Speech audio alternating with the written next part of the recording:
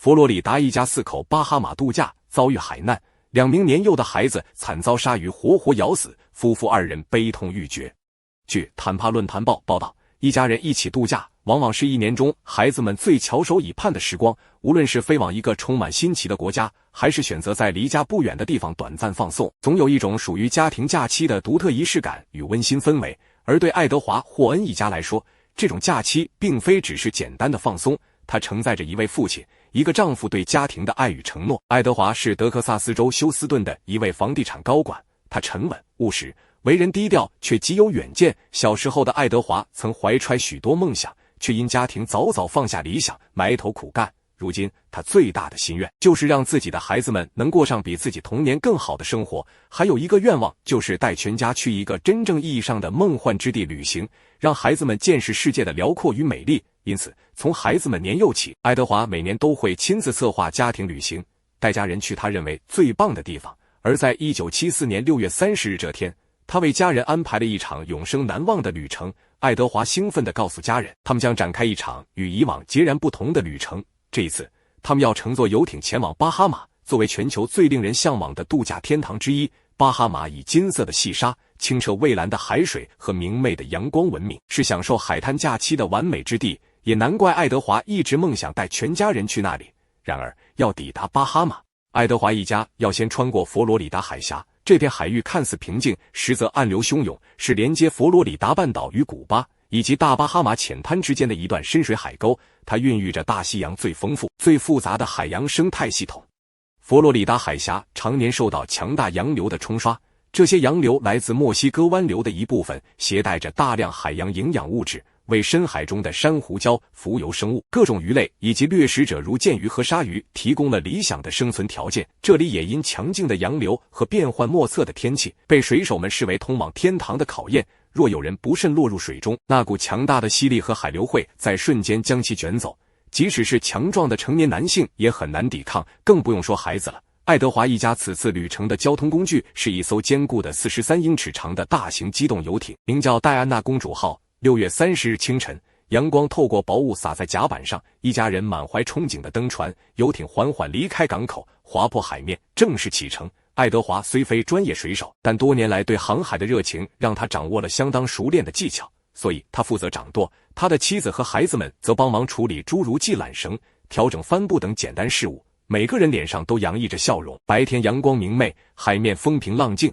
家人们在甲板上尽情享受这宁静而奢侈的时光，看上去这是他们过得最美好的一次假期。然而他们没有想到，仅仅1天之后风云突变。第2天早晨，海面平静如常，爱德华一家继续悠闲地在海上航行，孩子们在船上玩耍嬉戏，而爱德华选择放慢航速，希望这段温馨的航行时光能更久一些。傍晚时分，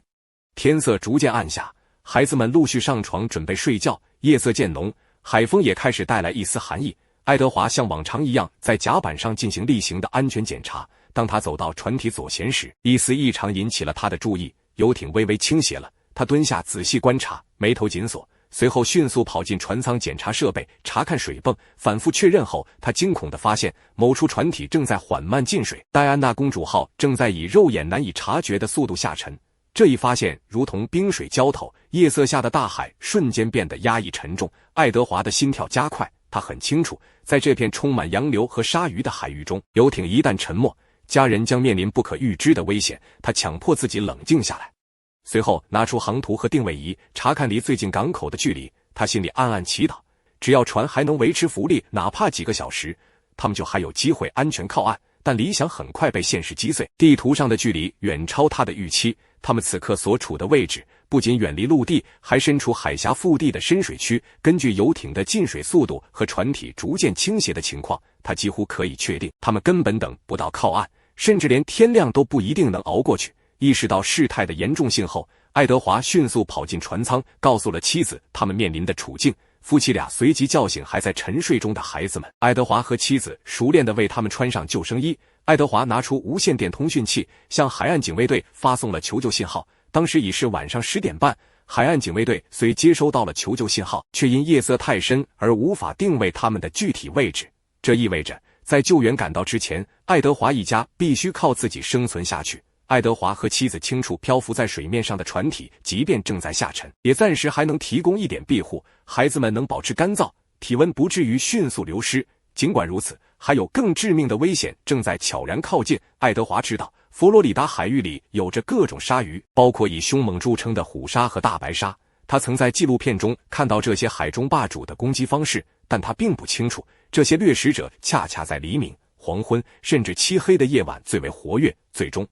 随着水面渐渐没过船舷，爱德华一家不得不进入冰冷的海水。黑夜之中，海水仿佛化为无边深渊，一家人紧紧聚在一起，但海流时而潜伏，时而涌动，稍不留神就可能让其中一人被带离。爱德华和妻子一次又一次呼喊着孩子们的名字，将他们拉进自己身边，让孩子们抱住救生圈。他们就这样彼此依靠，祈祷着能撑到天亮。随着洋流的推动，他们渐渐远离了原本沉船的位置。爱德华开始焦虑地回头张望，他不知道他们已经飘出多远，更不知道海岸警卫队是否还能根据他昨晚发出的求救信号准确锁定他们的位置。当清晨的阳光终于刺破黑暗，洒落在苍茫海面上时，局势变得更加糟糕了。10岁的比利已经在冰冷的海水中漂浮了整整10个小时，他的脸色苍白，嘴唇发青，眼神中透着无尽的疲惫，小小的身体已接近极限。当比利松开手，试图找到一个能让自己稍微轻松一些的角度时，最可怕的事情发生了。比利突然发出撕心裂肺的惨叫，下一秒，所有人都惊恐地望向比利，而爱德华更是瞬间做出了反应，他几乎是本能地扑了过去，拼尽全力一把将比利拉回身边。然而当他终于将儿子抱进怀里时，眼前的一幕让他瞬间僵住。比利的右臂上一道深可见骨的巨大咬痕触目惊心，鲜血如泉水般涌出。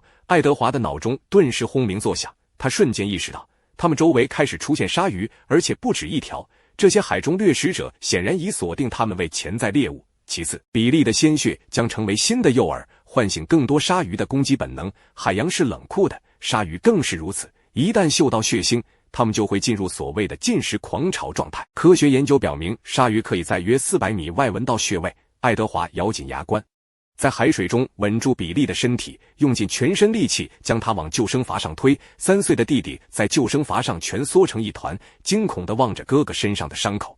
就这样，他们的身体在寒冷的海水中逐渐僵硬，但精神却无比紧绷。孩子们的脸上写满了恐惧，母亲用尽力气搂紧最年幼的儿子，而爱德华一刻不停地在踢打水面，驱赶那些正在逐渐靠近、潜伏水下的巨大黑影。那些鲨鱼在周围游弋，像是等待下一次攻击的时机。他们没有任何武器，连一根木棍都没有，只能靠本能和意志苦苦支撑。他们唯一的希望就是救援能尽快赶到。与此同时，几千英尺的高空中，一架海岸警卫队的飞机正低空掠过海面进行搜索。清晨的阳光终于揭开了黑夜的幕布，也给搜救带来了转机。随着能见度提升，飞行员得以扩大搜索范围。不久后，他在海面上发现了一堆漂浮的残骸，那正是戴安娜公主号的碎片。飞行员立刻锁定这片区域，并以残骸为中心启动环形搜索。在数圈盘旋之后，他终于发现远处海面上一群人在水中紧紧抓着救生筏挣扎求生。飞行员立即向总部回报，通知团队他已经找到了爱德华一家。他还补充说明，海面上至少有一群大约12英尺长的鲨鱼正在围绕他们，而且看起来似乎正在进食。这句话让接收信息的指挥中心气氛骤然紧绷。这时，飞行员注意到比利的情况尤其危急，尽管飞行高度有限，他依然能看清孩子手臂上的鲜血正不断染红海水，整个人已经呈现极度虚弱状态。指挥中心果断做出决定，立刻调动一架原本执行其他任务的直升机改道前往现场，准备紧急将比利送往最近的医院进行救治。几分钟后，直升机飞抵现场，海面上的风被螺旋桨搅得如同狂暴的漩涡。救援人员奋力将比利吊升到机舱中，并立刻启动飞行前往陆地。但命运没有再给比利更多时间，因为在海中失血过多，加上极度低温造成的休克，他的身体早已不堪重负。尽管救援人员一路上进行急救、心肺复苏、输氧、包扎伤口，但就在离医院还有10几分钟的航程时，比利的心跳永远地停止了。与此同时，飞行员在继续盘旋过程中，还发现了另一艘名为 Mabel 2的私人游艇正在附近海域航行。他迅速与其取得联系，并引导他们前往爱德华一家漂浮的位置。游艇在得知情况后，立即全速驶来，将爱德华一家拉上船，让他们暂时脱离了致命的海水。很快，海岸警卫队的巡逻舰卢斯号也赶到了现场，将他们安全接回岸上。爱德华和妻子几乎虚脱，孩子的脸色发青，一家人被第一时间送往医院接受全面检查与治疗。不幸的是，爱德华年仅3岁的儿子最终也没能挺过来。年幼的他承受不了长时间的寒冷浸泡和惊吓，最终永远闭上了双眼。那本应是一场梦幻假期的航行，如今却成了毁灭性的噩梦，2个年幼的生命就此陨落。家人们为他们举行了葬礼，永远铭记那个他们共同面对死亡的黎明。